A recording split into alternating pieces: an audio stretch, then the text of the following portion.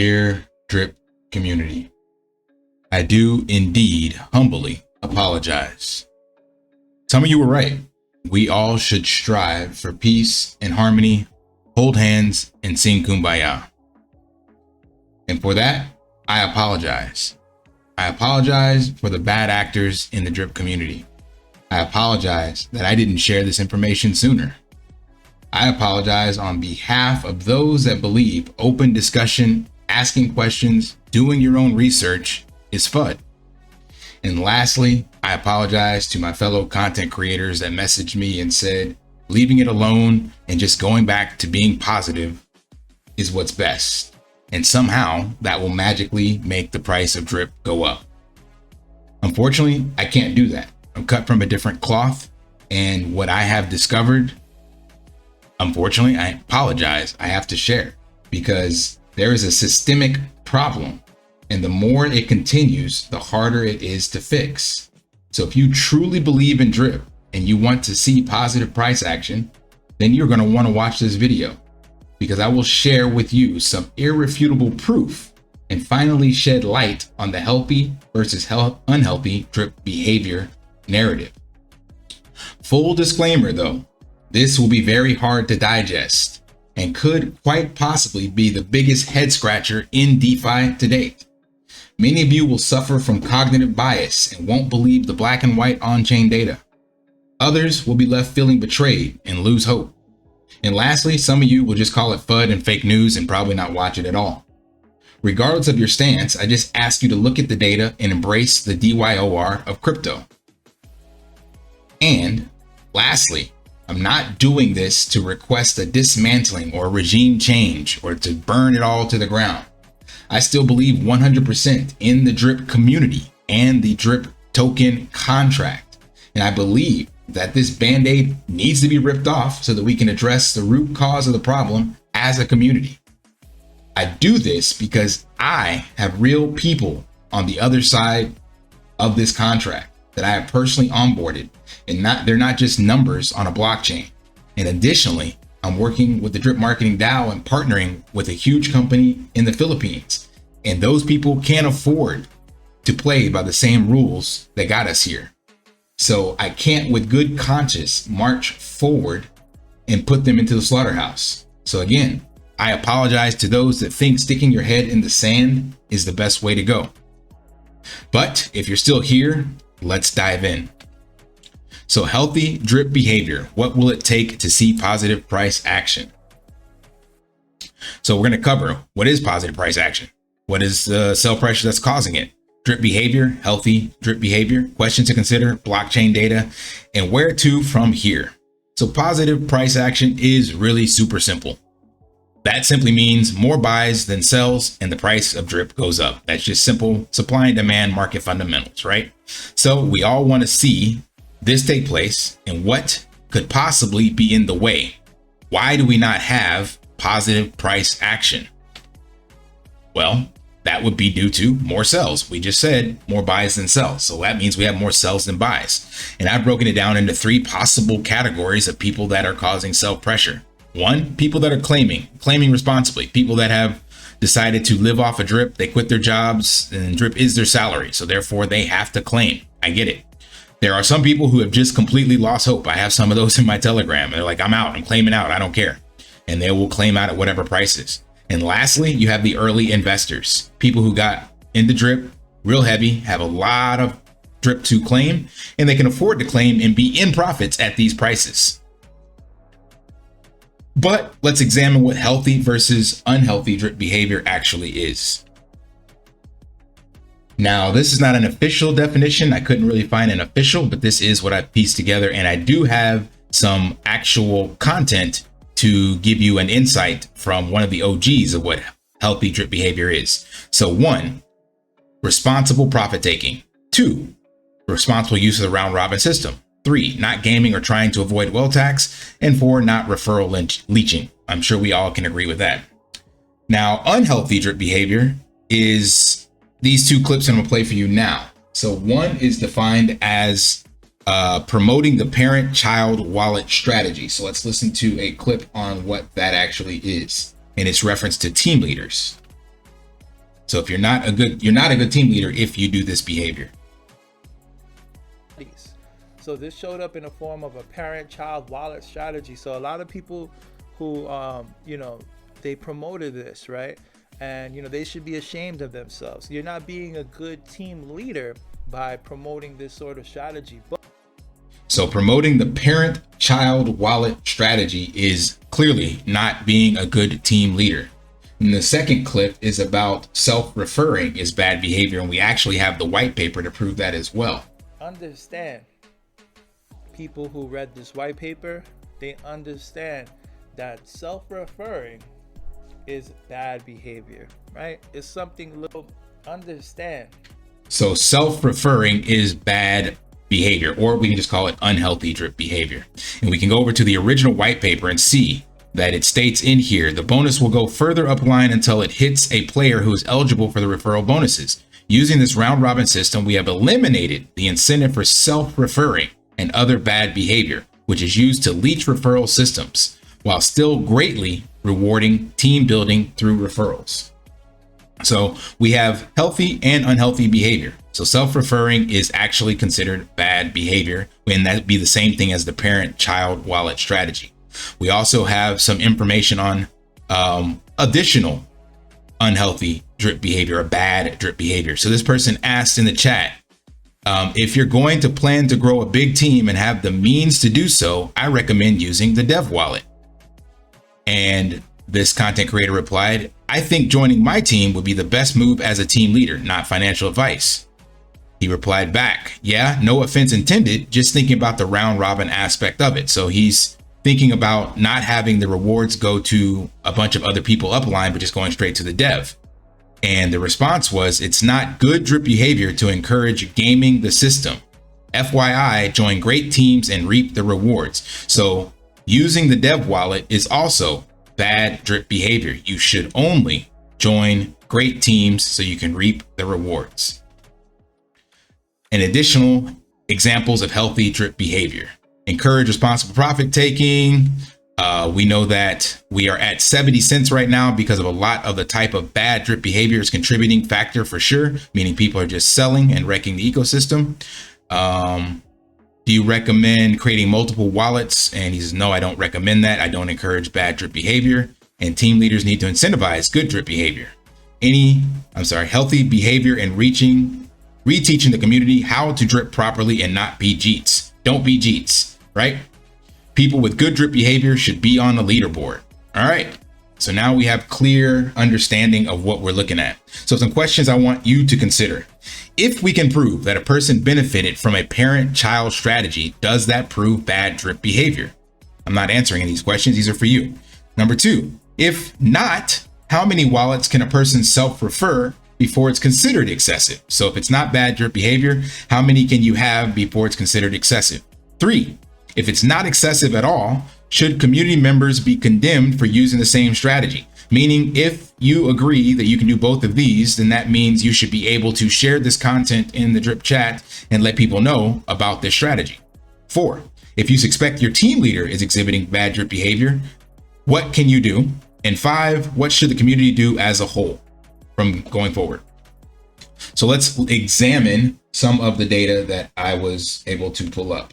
So this here is a chart of the drip org chart for one content creator. So it's the entire chart from the dev wallet all the way down to their current public wallet. And what you'll see in the yellow, green, orange, and purple are public addresses. So you have here yellow, green, orange, and purple. These are public addresses, and I'll have a link with a Google Doc in the description of this video. There's no monetization or anything else on. There'll be no referrals or nothing in this video, just that doc link.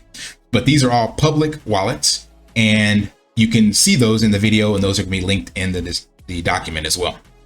The red wallet is a wallet that was selling drip through No Sell August and then sending it to another wallet. So this is one wallet that exists between two of the public wallets, and it was constantly dumping drip during No Sell August. So we would definitely want to probably say that that's bad drip behavior. Now, we have to now go a little deeper into the videos, or into the wallets, to see. So we have here April 23rd this was an actual launch video clip.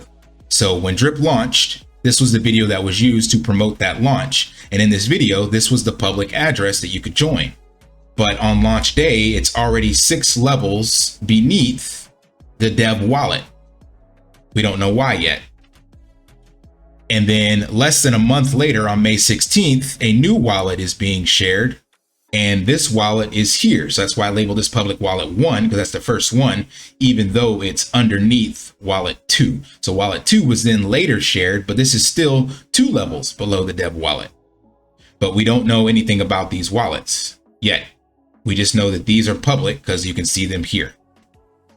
So questions that I want you to answer.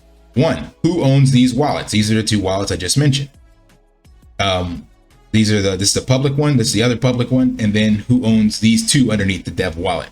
Because those 2 wallets, the first one had 1 direct team member that only had to deposit 36 drip, and then it was able to claim 63,000, almost 400, because of the 25,000 round robin reward. So it pretty much got a max wallet right out the gate.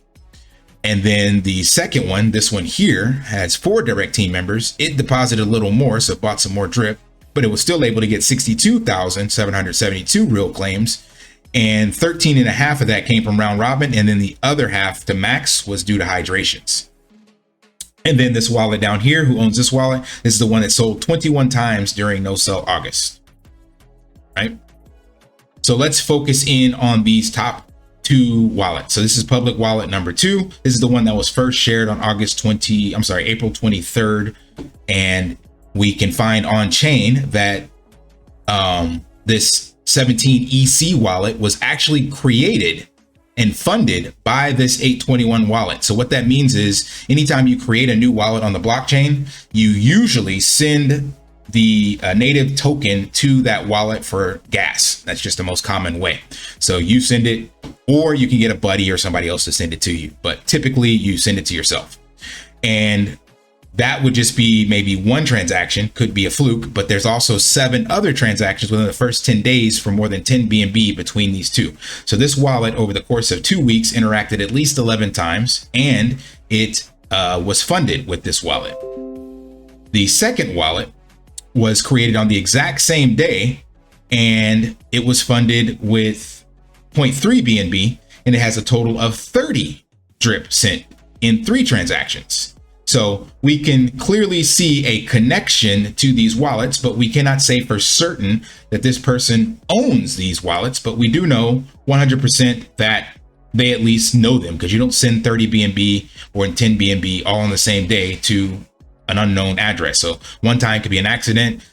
The total of 14 different times, what is that, 10 times for 30 plus BNB? That's definitely patterns. All right. Let's look at also recent behavior of the 19C7 wallet. That's this one, wallet number 2, suspect wallet number 2. You go back, I'll show you where it was. That's here.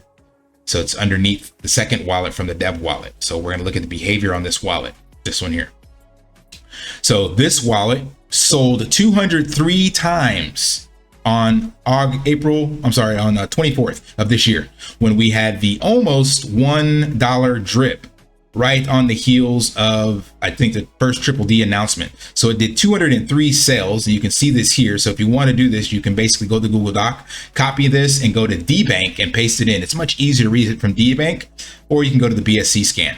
But I would definitely say, based off of the definition here, we are at 70 cents right now because of a lot of type of bad drip behavior, that clearly selling 203 times in one day would be bad drip behavior. But also to note, this person got a great buying entry because they sold 203 times and then they started buying back the drip at the cheaper price. So kudos for playing the market.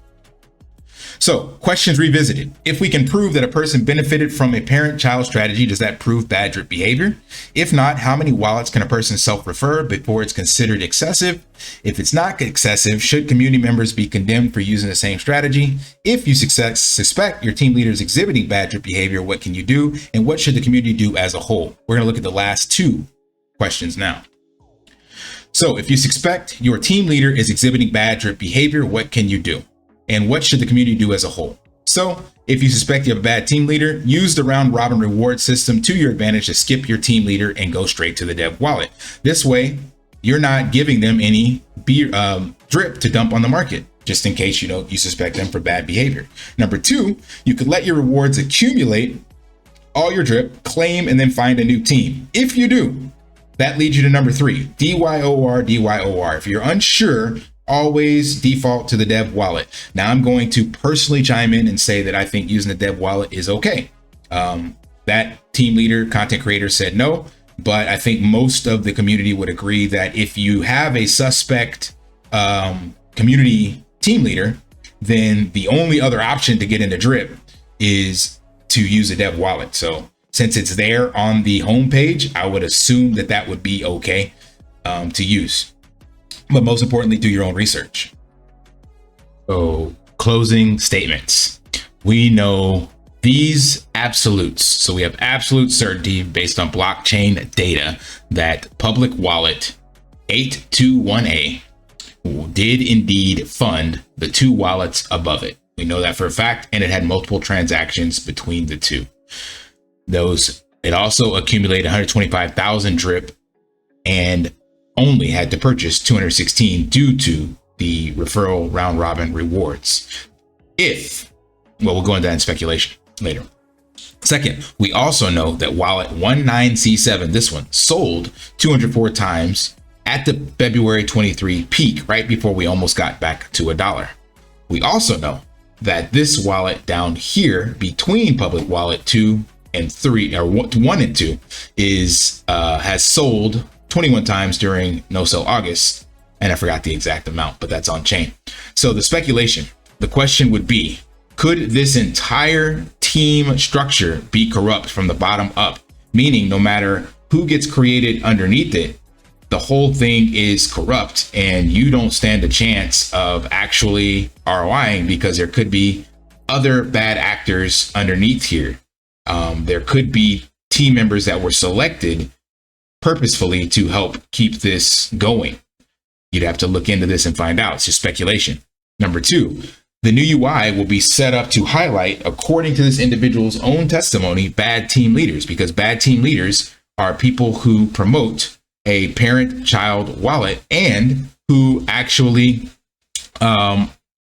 don't exhibit good drip behavior or are keeping the price low, as he said, about 70 cents. So we can see that these actions, by his own definitions, are bad team leaders. So if the drip UI is set up to highlight airdrops and as a metric in large team sizes, but it's not looking to see where those airdrops are coming from or how that money's made or what the actual actions are of the accounts, then it could actually be highlighting bad team leaders. Therefore, future investors will make uneducated decisions and will actually keep this charade going.